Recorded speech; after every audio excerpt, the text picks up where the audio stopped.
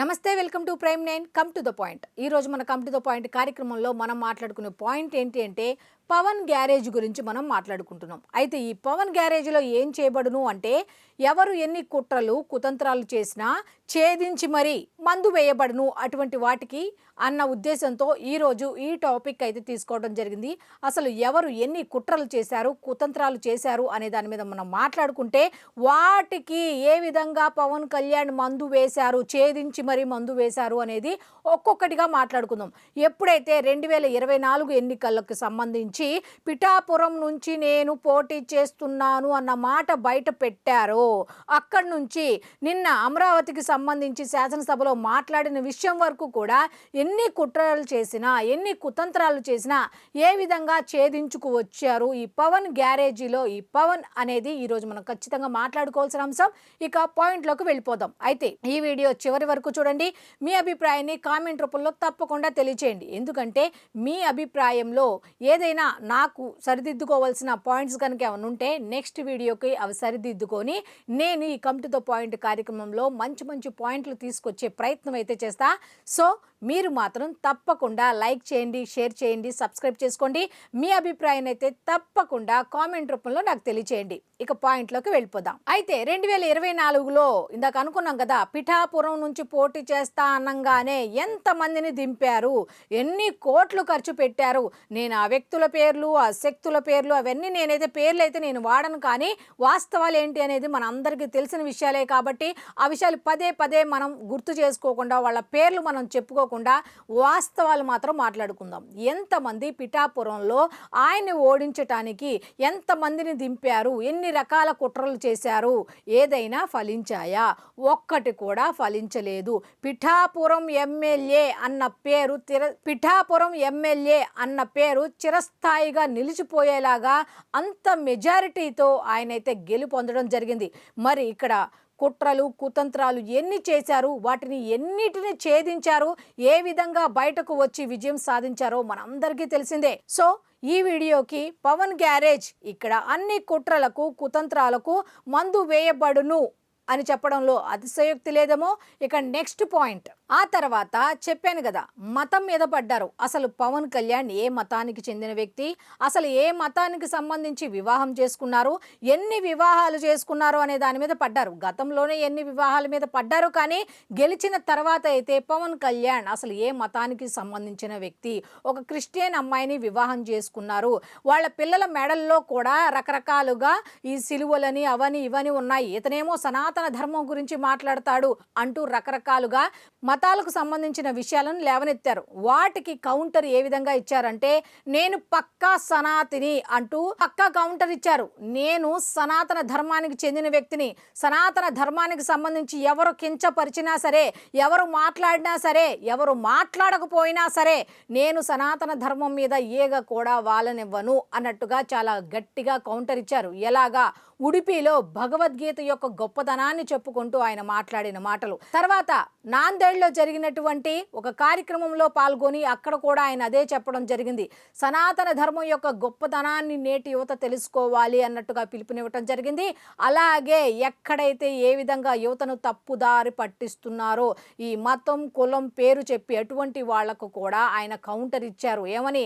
మన భగవద్గీతలో లేని అంశం లేదు, ఎవరైతే భగవద్గీతను పాటిస్తారో వాళ్ళు ఖచ్చితంగా ధర్మం వైపు వెళ్తారు, నేను పక్కా సనాతని ధర్మానికి సంబంధించిన వ్యక్తిని అంటూ కౌంటర్ ఇచ్చారు. అయితే ఆయన పక్కా సనాతని అంటం వల్ల వాళ్ళ కుట్రలు ఛేదించినట్టే కదా. ఇక వ్యక్తిగత విషయాలకు వస్తే ఇటు కిరణ్ రాయల్ దగ్గర నుంచి అరవ శ్రీధర్ నుంచి, ఆ తర్వాత కూటమి ప్రభుత్వంలో బిఆర్ నాయుడు దగ్గర నుంచి ఇలా రకరకాల విషయాలు బయటకు వస్తే వాటి మీద పవన్ కళ్యాణ్ ఏదైనా స్పందిస్తాడా? పవన్ కళ్యాణ్ అసలు ఏం చేస్తాడు? మా వాళ్ళు చేసింది కరెక్టే, వ్యక్తిగత విషయాలు మీరు తీసుకురావద్దు, ఇలా ఏమన్నా మాట్లాడతారా అని చాలామంది పన్నాగాలు పన్నిన పెద్దలందరూ చూశారు. కానీ అటువంటి విషయాలకు సంబంధించి ఆయన ఒక్క మాట కూడా మాట్లాడలేదు. అంటే ఒకసారి కుట్రకి మందు అక్కడే ప్రారంభించారు. యాక్చువల్గా అయితే బయట ఏ పార్టీ వాళ్ళైనా సరే స్పందిస్తారు, మా వాళ్ళది ఆ పాత్రలో లేదు, కావాలని కుట్రలు చేశారు, ఇట్లా సంథింగ్ మాట్లాడతారు. కానీ ఇటువంటి విషయాలకు సంబంధించి ఒక్క సభలో కానీ ఒక్క సమావేశంలో కానీ ఆయన మాట్లాడిందే లేదు. పైగా ఆయన హెచ్చరికలు జారీ చేశారు. ఏమని? ఒక్కొక్క జనసేన వైపు 100 డేగ కళ్ళు ఉన్నాయి. Be alert. కాబట్టి మీరు పదవి బాధ్యత అనే దాన్ని 2 సమానంగా చూసుకొని పదవి వచ్చింది, బాధ్యతగా వ్యవహరించండి అంటూ రాబోయే కుట్రలను కూడా ఆయన చెప్పుకుంటూ వచ్చారు. దాన్ని అదే విధంగా ఛేదించుకుంటూ వచ్చారు. ఇప్పుడు చాలామంది కూడా అలర్ట్గా ఉండి వాళ్ళ పని వాళ్ళు చేసుకుంటున్నారు. అంటే ఇక ఏం చెయ్యాలి, వాళ్ళు చేసే ప్రయత్నాలు వాళ్ళు చేస్తుంటే పవన్ కళ్యాణ్ ఒక్కొక్క దాన్ని ఛేదించుకుంటూ బయటకు వచ్చేస్తున్నారు అని మళ్ళీ దేని మీద పడ్డారో తెలుసా? నారా లోకేష్ని డిప్యూటీ సీఎం చెయ్యాలి అనే పదాన్ని బయటకు తీసుకొచ్చారు. నారా లోకేష్ని డిప్యూటీ సీఎం చెయ్యాలి అంటే ఏంటి? ఎవరికి పోటీగా తీసుకొచ్చారు అంటే పవన్ కళ్యాణ్ గారికి పోటీగా నారా లోకేష్ ఇష్యూ తీసుకొచ్చారు. ఏ విధంగా?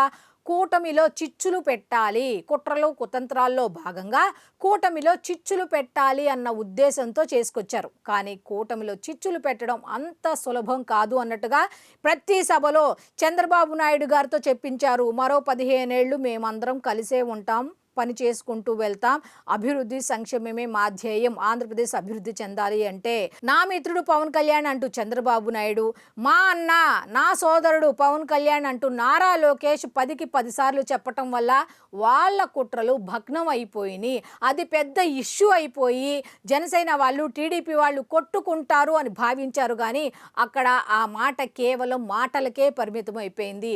వాళ్ళ ముగ్గురు ఒకే మాట మీద ఉన్నారు. మేము ముగ్గురం కలిసికట్టుగా ఉన్నాం, గ్రౌండ్ లెవెల్లో మీ మధ్య చిచ్చులు పెట్టే కార్యక్రమాలు స్టార్ట్ అయ్యాయి, కాబట్టి దయచేసి అలర్ట్గా ఉండండి అంటూ ఆ చిచ్చును కూడా భగ్నం చేశారు మన డిప్యూటీ సీఎం పవన్ కళ్యాణ్ గారు. నెక్స్ట్ ఇంకో కుట్ర పెట్టారు.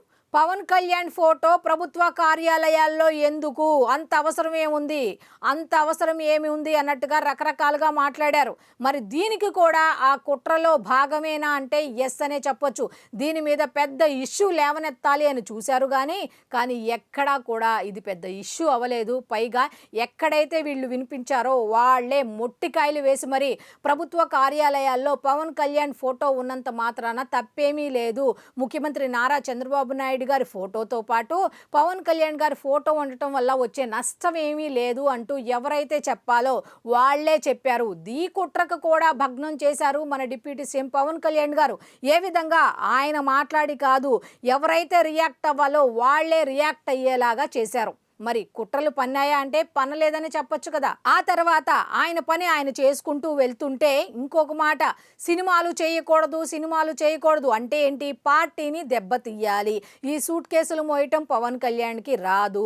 కష్టపడాలి అంటే ఇప్పుడు ఉన్న పరిస్థితుల్లో సినిమాల ద్వారా కష్టపడతాడు. ఆల్రెడీ ప్రజాధనాన్ని సేవకు ఉపయోగించే వాళ్ళని చూసాం, కానీ సొంత నిధులను సేవకు ఉపయోగించే వాళ్ళని మేము చూడలా. ఈ డబ్బంతా పవన్ కళ్యాణ్ గారికి ఎక్కడి నుంచి వస్తుంది అంటే కేవలం సినిమాలు చేయటం వల్ల వస్తుంది. అలా అయితే మనం సినిమాలు చేయకుండా ఆపాలి, ఎలాగైనా సరే కుట్రలు చేయాలి అన్న ఉద్దేశంతో ఏం చేశారంటే మళ్ళీ కోర్టును ఆశ్రయించారు.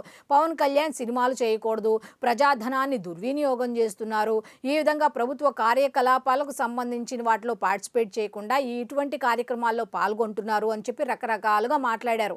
అయితే దానికి ఏం జరిగిందో తెలుసా? కోర్టు కూడా మొట్టికాయలు వేసింది. ఆయన సినిమాలు చేసుకుంటే మీకు వచ్చిన ప్రాబ్లం ఏంటి అన్నట్టుగా వ్యక్తిగత విషయాలు, రాజకీయ విషయాలు కోర్టు దాకా తీసుకురావద్దంటూ మొట్టికాయలు వేసినా సరే అంతటితో ఆపారా? ఇక ఏం చేయాలో అర్థం కాని పరిస్థితుల్లో మొన్న మొత్తం కులం కూడా వాడారు. ఏ విధంగా? కాపు కులంలో కాపులు కమ్మగా కాపు కాస్తున్నాడు అన్నట్టుగా మాట్లాడారు. కాపులు అమాయకులని కొంతమంది మాట్లాడితే ముదుర్లని కొంతమంది మాట్లాడారు. ఇలా కాపులకు సంబంధించి చిచ్చు పెట్టడానికి రకరకాలుగా మాట్లాడి ఈ కాపు నేతలందరినీ కూడగట్టేసి ఎవరైతే పవన్ కళ్యాణ్ గారికి వ్యతిరేకంగా ఉంటారో వాళ్ళందరినీ ఒక సైడ్ తీసుకొచ్చి ఎక్కడైతే పవన్ కళ్యాణ్కి బలం ఉందో వాళ్ళందరితో వీళ్ళతో సమావేశం నిర్వహించి వాళ్ళతో మాట్లాడించి పవన్ కళ్యాణ్కి ఎగనెస్ట్గా చేయాలని చూశారు. కాకపోతే చాలామంది కాపులు చెప్తున్న మాట ఏమిటో తెలుసా?